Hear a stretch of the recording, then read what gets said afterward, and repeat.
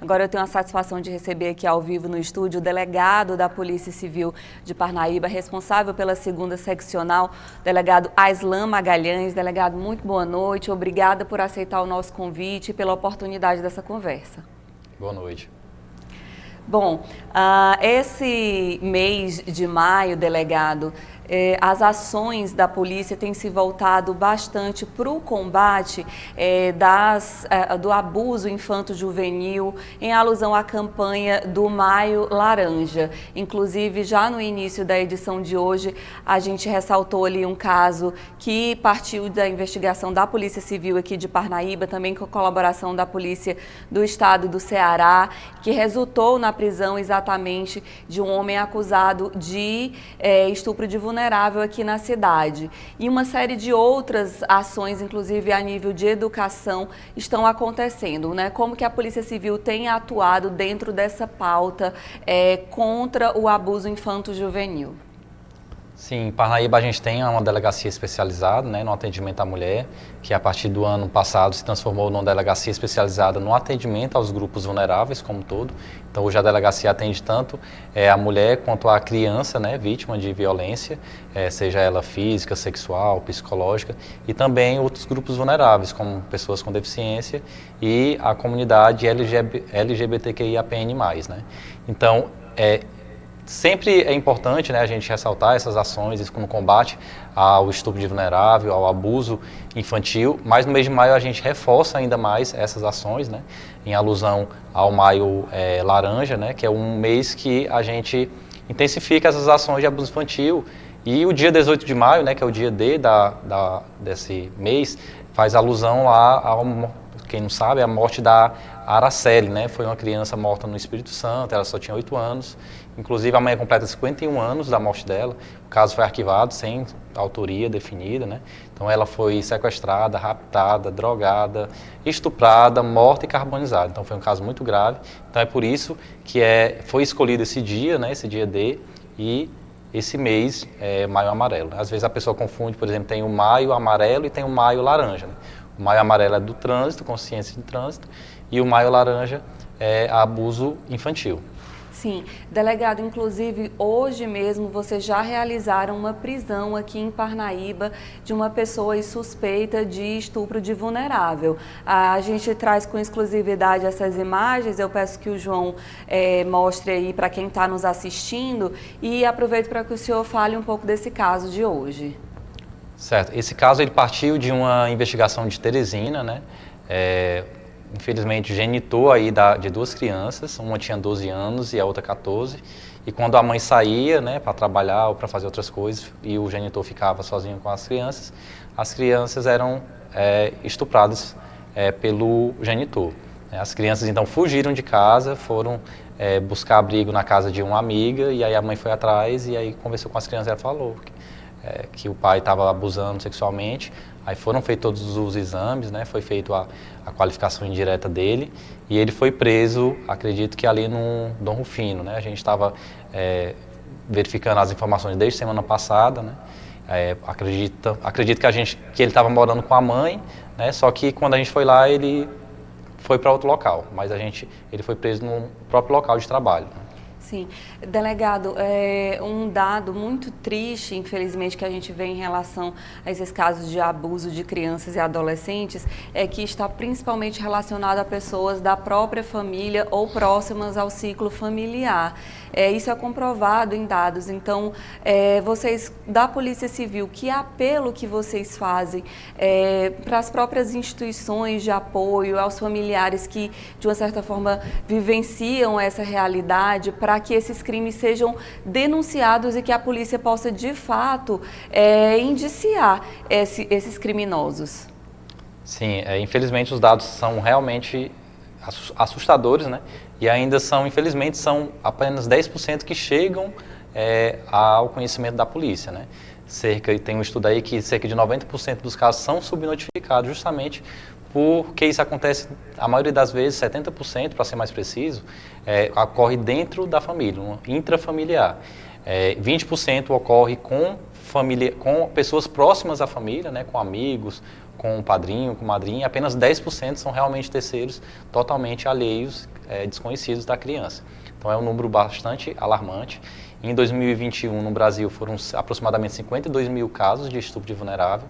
Em 2022, 56 mil. Em 2023, ainda não fechou ainda os números, mas é um número maior ainda, cresce, só aumenta, né?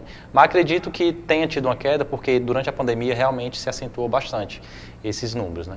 Eu acabei de puxar também aqui nosso sistema PPE, né? E verifiquei que no ano passado, no Piauí, foram 1.273 BOs registrados, né? De 1º de janeiro de 2023 a 31 de dezembro de 2023. Estupro de vulnerável. E o que chama a atenção é que eu fui verificar também os estupros, né? Os estupros com pessoas acima de 14 anos. E foram os 396 estupros, né, comum, que a gente fala no direito, contra 1.273 estupros qualificados. Então, totalmente desarrazoada a proporção, né? Então, o que a gente pede é que a família fique atento aos sinais que as crianças demonstram, porque é demonstrado, elas demonstram de alguma forma, pela irritabilidade, pelo uso de roupas sexualizadas, enfim, tem vários sinais, pelas marcas, lesões, né? Se os pais perceberem que as crianças estão tentando se esconder com blusa comprida. Então, os pais eles têm que ter esse conhecimento da rotina do filho, do comportamento do filho, né? A escola também pode perceber. Hoje mesmo a gente ministrou uma palestra no Colégio Padre Vieira e a gente falou de vários desses sinais que os próprios amigos podem identificar, os professores e a própria família, né? Quem melhor para identificar que os próprios responsáveis legais. Sem dúvida, eu acredito que a união dessas instituições, a polícia como força de segurança, polícia militar, polícia civil, enfim, e as instituições de apoio a essas crianças, as escolas também, além da família, a união de todos é fundamental para esse combate. Do ponto de vista da família, eu acho que especialmente vencer a vergonha de vivenciar uma realidade dessas dentro da própria casa. Sim, a família é o principal fator, né? Assim, onde a criança ela deveria se sentir protegida, né? Só que muitas das vezes, quando essas agressões acontecem dentro da própria família, a própria família tende a esconder por achar que não vai acontecer mais. Só que a pessoa que comete um ato desse, além de ser criminoso, é uma pessoa doente. Ela tem um distúrbio sexual, um distúrbio psicológico. Então, ela não vai parar, ela vai fazer 1, 2, 3 vezes. Então, muitas das vezes, a mãe, porque realmente é uma notícia muito ruim, né? Chocante para a mãe acreditar naquilo, aceitar aquela realidade, tirar o provedor do lar, muitas vezes o provedor de lado de dentro da casa. Então ela tem aquele primeiro momento de abnegação, de negar o fato, de não querer levar. Mas, assim, essa pessoa ela é doente, além de criminosa, ela é doente, ela não vai parar. Aliás, tende a aumentar os casos, a frequência, a agressividade. Então, o correto mesmo é denunciar, é buscar essa rede de apoio, né, que tem aí a Polícia Militar, tem Polícia Civil, tem Conselho Tutelar, tem as escolas, Ministério Público, tem um Disque 100, né, às vezes a pessoa não se sente à vontade de ir na delegacia ou sente vergonha, ou o vizinho mesmo pode ajudar, o amigo, pode ligar no Disque 100, que é um número que recebe esse tipo de denúncia. Esse tipo de denúncia é recebido lá em Brasília, mas Brasília encaminha, chega em cada delegacia, chega todo dia, chega essas denúncias e são verificadas. Sim. Delegado, eu quero aproveitar também a oportunidade da sua presença hoje aqui para falar de uma outra ação que também tem repercutido bastante, positivamente, inclusive a nível nacional, que é a Operação Interditados, né, de combate à receptação, compra e venda de celulares roubados ou furtados. Na próxima sexta-feira, vocês vão realizar a restituição de alguns aparelhos de pessoas aqui de Parnaíba. Se eu não me engano, 32 aparelhos. Eu queria que o senhor falasse como que está essa investigação, né, e todas as ações aí em torno dessa importante operação. Sim, a gente está ainda numa fase de teste, né? A gente está trazendo nessa operação para o litoral, porque a gente não tem uma delegacia especializada assim no combate a furto, roubo, né, receptação de celulares. Então a gente tem que dividir as nossas atribuições dentre várias outras, né, nessa recuperação. Então a gente está fazendo esse teste, né, para saber qual é a nossa capacidade que a gente tem de fazer essas intimações em massa e recuperação em massa. A gente intimou 110 pessoas, dessas 110 apenas 46 compareceram, algumas explicaram a origem do celular, Outras só esqueceram de ir na delegacia e dizer, por exemplo, teve o celular furtado.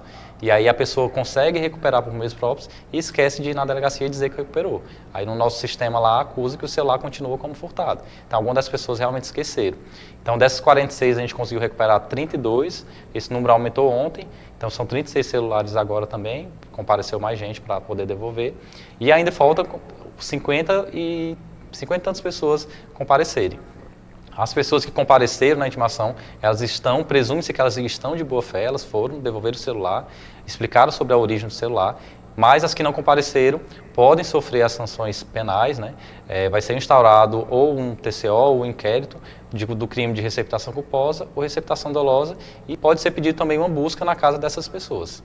Delegado, e uma operação muito exitosa que inclusive foi destaque nacional e que está servindo de inspiração para outras polícias de outros estados. E vocês exatamente falam que aqui ainda está em fase de testes, de conhecer como que está funcionando, mas realmente atende uma necessidade importantíssima da população, porque o número de roubos e furtos de celulares era absurdo. Aqui a gente pode falar especificamente de números do Piauí. Realmente era um crime muito frequente que lesa centenas de pessoas. Diminuiu cerca de 50% o furto e roubo, né, justamente por essa dificuldade daquele que furta, daquele que rouba, repassar o celular para frente, né? Porque o que ele quer é repassar o celular para frente e conseguir aquele dinheiro. E ele não está conseguindo mais isso. Está tendo dificuldade em vender para as lojas, para as próprias pessoas físicas, né? Porque as pessoas físicas estão tomando mais cuidado na hora de comprar o celular, estão pedindo nota fiscal, caixa, pagamento só por Pix, estão tomando muita cautela. E o criminoso, ele não quer ter esse tipo de trabalho, né? Ele quer dinheiro em espécie, ele quer rapidez, quer agilidade. Então hoje está tendo muito essa dificuldade e tem tido essa diminuição, né? Aqui em Parnaíba, o nosso problema não é nem tanto em recuperar o celular. É no efetivo para atender essa população quando chega na delegacia. Porque a gente intimou, por exemplo, 110 pessoas, né? Então a gente tem que parar a nossa rotina lá na delegacia naquele dia para atender esse público. Aí depois tem que fazer uma investigação de cada celular, porque às vezes realmente pode ter acontecido um erro da própria pessoa, como eu já falei, a pessoa não ter ido na delegacia e não ter ido lá da baixa, né? Então a gente tem que parar às vezes 2, 3 dias, aí parar 2, 3 dias, deixar outros crimes de lado. Então a gente ainda está nessa fase ainda experimentando, né, para saber se a gente tem essa capacidade ou não. E se não tiver, a gente vai recuperando assim de 50 em 50, de 100 em 100. O importante é recuperar. Sem dúvida. Eu acho que as pessoas que vão ser restituídas aí na próxima sexta-feira estão bem felizes em ver seus nomes ali na lista e ter esse bem que hoje é tão valioso na nossa vida. A gente faz tudo hoje por meio do celular restituído. Delegado, eu queria também aproveitar para a gente falar sobre a situação do lixão. Houve uma sentença importante em torno dessa problemática aqui em Parnaíba. A gente sabe que é um problema que se arrasta há vários meses e que, inclusive, hoje é alvo aí de um inquérito policial, de investigação em torno ali dos dejetos que estavam sendo jogados pelos carros de limpa-fossa naquela região, inclusive com a suspeita de contaminação do lençol freático. Como que anda essa investigação? O que é que o senhor pode adiantar para a gente? Bom, eu abri essa investigação tem aproximadamente 2 meses, se eu não me engano, justamente por vários moradores da região se sentirem extremamente incomodados com o cheiro, né? O cheiro estava tão insuportável que as pessoas queriam sair de lá, queriam se mudar porque não estavam mais aguentando, não podia estender roupa, estava muito, muito incômodo. Então a gente abriu essa investigação, realizei a intimação de várias empresas, né, limpadoras de fossa na cidade que estavam jogando diretamente ali no solo, né, sem nenhum tipo de proteção, e estavam a céu aberto, perto de casa. Inclusive a gente mediu a casa mais perto lá do local, era 200 metros, muito próximo, né? Então foi feita a requisição pericial ambiental lá de Teresina, a perita veio aqui e está concluindo esse laudo, né? É uma perícia bem complexa, né, porque exige não só a questão da poluição atmosférica, que foi requisitado, mas também da poluição dos lençóis freáticos e aí de até correntes de água que passam ali perto. Então a gente está aguardando esse laudo para a gente poder concluir, né, e alinhar aí junto com o que já foi levantado na ação civil pública, né? Teve 2 ações civil pública, que foi ingressada tanto contra as limpadoras de fossa, né, que foram já sentenciadas inclusive, e também contra o município de Parnaíba. Sim. Delegado, para além de todas essas temáticas que falamos aqui, da campanha do Maio Laranja, a Operação Interditados, também essa ação aí em torno do lixão, vocês também têm tido uma atuação muito importante em relação ao combate ao crime organizado, especificamente às organizações do tráfico de drogas. Eu queria que o senhor pudesse falar um pouco dessa atuação, de como que estão as ações aqui em Parnaíba. Estão a todo vapor, a gente está trabalhando muito, atuando muito contra o tráfico de drogas, né? Infelizmente é o crime aí que financia o crime organizado. Muita gente às vezes critica o trabalho da polícia, a gente faz uma busca, encontra pouca droga, mas é desse pouquinho que a gente vai dando prejuízo para os traficantes, para os pequenos traficantes, e os pequenos traficantes dão prejuízo para o grande traficante. É um efeito cascata.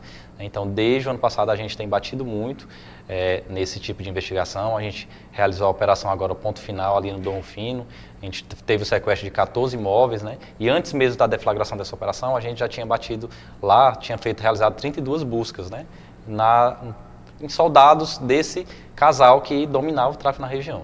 Então a gente sequestrou 14 imóveis pertencentes a eles, teve o sequestro das contas, a prisão de aproximadamente 12 pessoas, né? E estamos aí fazendo ainda a conclusão do inquérito, ouvindo várias pessoas para poder indiciar e pedir o perdimento de todos os bens desse casal, né? Estão auferindo lucro aí com o tráfico desde 2012, né? Então a Polícia Civil, através da DFHT, né, que recebeu ano passado mais 2 delegados, né? Antes era a divisão de homicídio e divisão de tráfico. Hoje a gente tem 2 divisões de homicídio e 2 divisões de tráfico. Então a gente está batendo bastante no comércio de entorpecentes.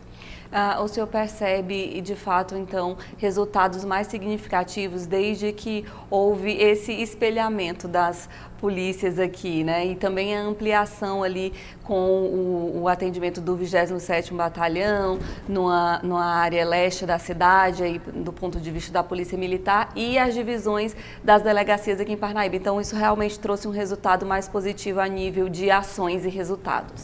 Trouxe, sim, a gente teve uma diminuição significativa aí no número de mortes violentas intencionais, né? Desde 2021, que tem tido esse aumento, né? Com o primeiro homicídio decorrente dessa briga de facções aqui em Parnaíba foi em 2020, né? Dia 6 de junho de 2020, e desde então a gente tem observado esse crescimento. 2022 foi o maior índice, né? Tanto é que Parnaíba estava como a 39ª cidade mais violenta do país, justamente por causa desse índice de morte violenta intencional aqui na nossa cidade. Mas em 2023 teve uma redução significativa, né? A gente saiu desse mapa aí, e esse ano também a gente observou uma redução significativa em relação ao primeiro trimestre dos anos anteriores. Delegado, eu quero mais uma vez agradecer por ter aceitado o convite da TV Costa Norte, vir dar esses importantes esclarecimentos, como imprensa nos colocar à disposição para sempre que necessário estarmos auxiliando na divulgação dessas informações importantes para a comunidade e desejar sempre um excelente trabalho para o senhor. Uma boa noite. Boa noite.